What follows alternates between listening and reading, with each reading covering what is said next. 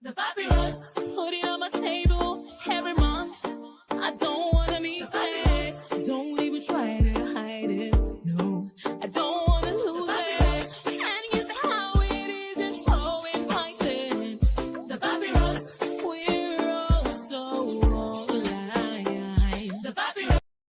Hello, welcome to the Papyrus TV News Update. First, the headlines. Aviation sector warn of job losses as federal government moves tax free trade zones. El-Rufai cannot decide 2027 elections, Kaduna Commissioner. Kogi Court ordered detention of activists over comment on Governor Ododo. Tinubu pledges telecom sector reform to attract investors. Atiku demands probe into Senator Natasha's claim against Akpabio. PANDEF rejects Supreme Court ruling on Rivers State funds.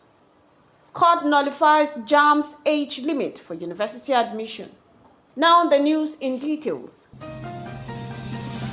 The federal government plan to impose taxes on free trade zone FTAs in Nigeria has sparked fear of massive job losses and capital flight, particularly in aviation sector.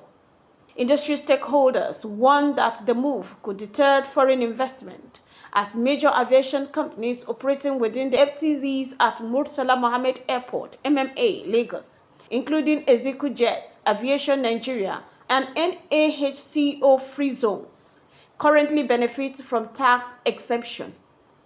Chairman of Quit Aviation Services Limited, Sam Iwo-Ojoko, decries the government's policy inconsistency, warning that imposing taxes on FTZs could cripple businesses and disrupt technology transfer.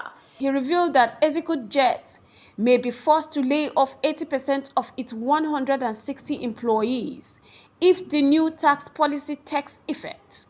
Similarly, the Nigerian Association of Chambers of Commerce, Industries, Mines and Agriculture, NACCIMA, has cautioned that the proposed taxation could drive away over $200 billion in foreign direct investment, FDI, and put more than 600,000 jobs at risk. Stakeholders are urging the government to reconsider the move, warning that it could undermine economic growth and damage Nigerian global investment reputation. The Kaduna State Commissioner for Local Government and Chieftaincy Affairs, Sadiq Maman Lagos, have declared that former Governor Nasir El-Rufai has no power to determine the outcome of 2027 elections, emphasizing that only God decides political victories. Speaking to journalists, Maman Lagos criticized El-Rufai's recent comment against President Bola Ahmed Tinubu and Governor Obasani, warning him to stay out of Kaduna's political affairs. Our good and amiable governor never interferes in the previous administration. Instead, he focused on delivering good governance, he stated.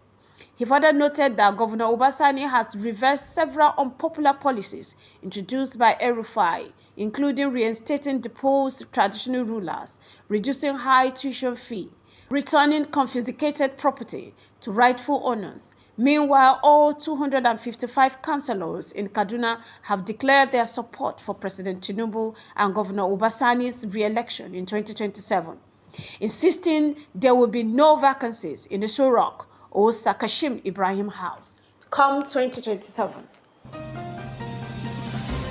A magistrate court in Lagos has granted approval for the detention of political activist Austin Okai following allegations of cyber-stalking and criminal defamation against Kogi State Governor Ahmed Usman Ododo. The Department of the State Service, DSS, secured a court order to remand Okai at the Federal Correction Center in Kaba beyond 48 hours legal limit for detention. His trial is scheduled for March 13, 2025. Okai, a former PDP candidate for Dekina Basa Federal Constituency, was arrested in Abuja after accusing Governor Ododo of misappropriating public funds. His arrest has sparked controversies, with critics viewing it as a crackdown on dissenting voices.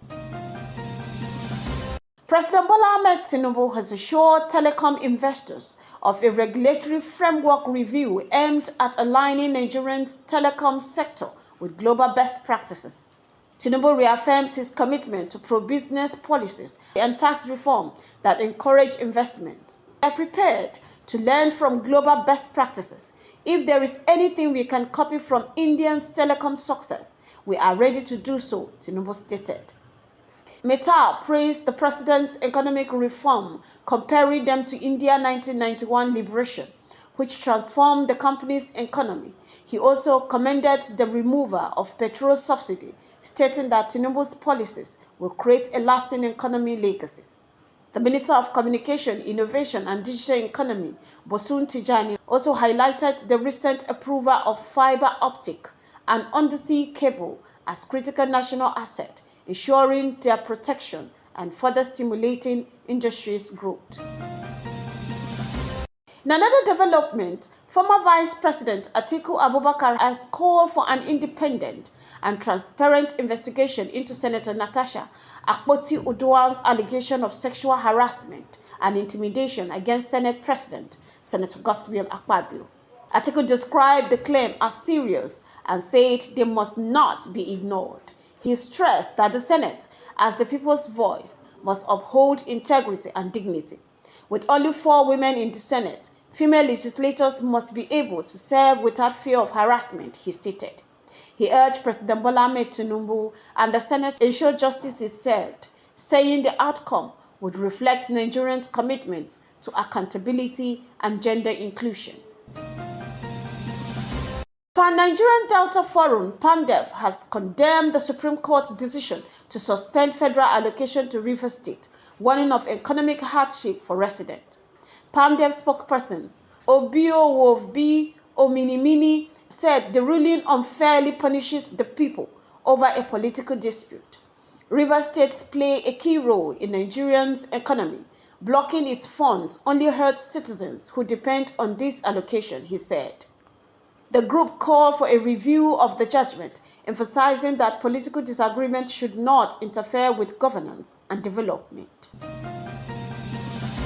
A Delta State High Court in Warri has ruled that the 16-year minimum age requirement for university admission set by the Joint Admission and Matriculation Board (JAMB) is unconstitutional. Justice Anthony O. Okpovi delivered the judgment in suit number W/311/FHR/2024, filed by the former NBA chairman John Aikpokpo Martins, who argued that the age restriction violated Section 18, 1 and 42 of the 1999 Constitution, which guarantees equal educational opportunity and freedom for discrimination. JAMB's counsel A.O. Mohammed San argued that the court lacked jurisdiction since educational policies under Section 18(1) are non-justifiable. However, Akpoikpo Martins countered that when combined with Section 42, which prohibits discrimination, the provision becomes enforceable. The court agreed, ruling that universities cannot deny admission based solely on age. With this judgment, candidates of any age can now sit for JAMB and secure admission if they meet the required cutoff marks. This has been the Papyrus TV Africa. The Papyrus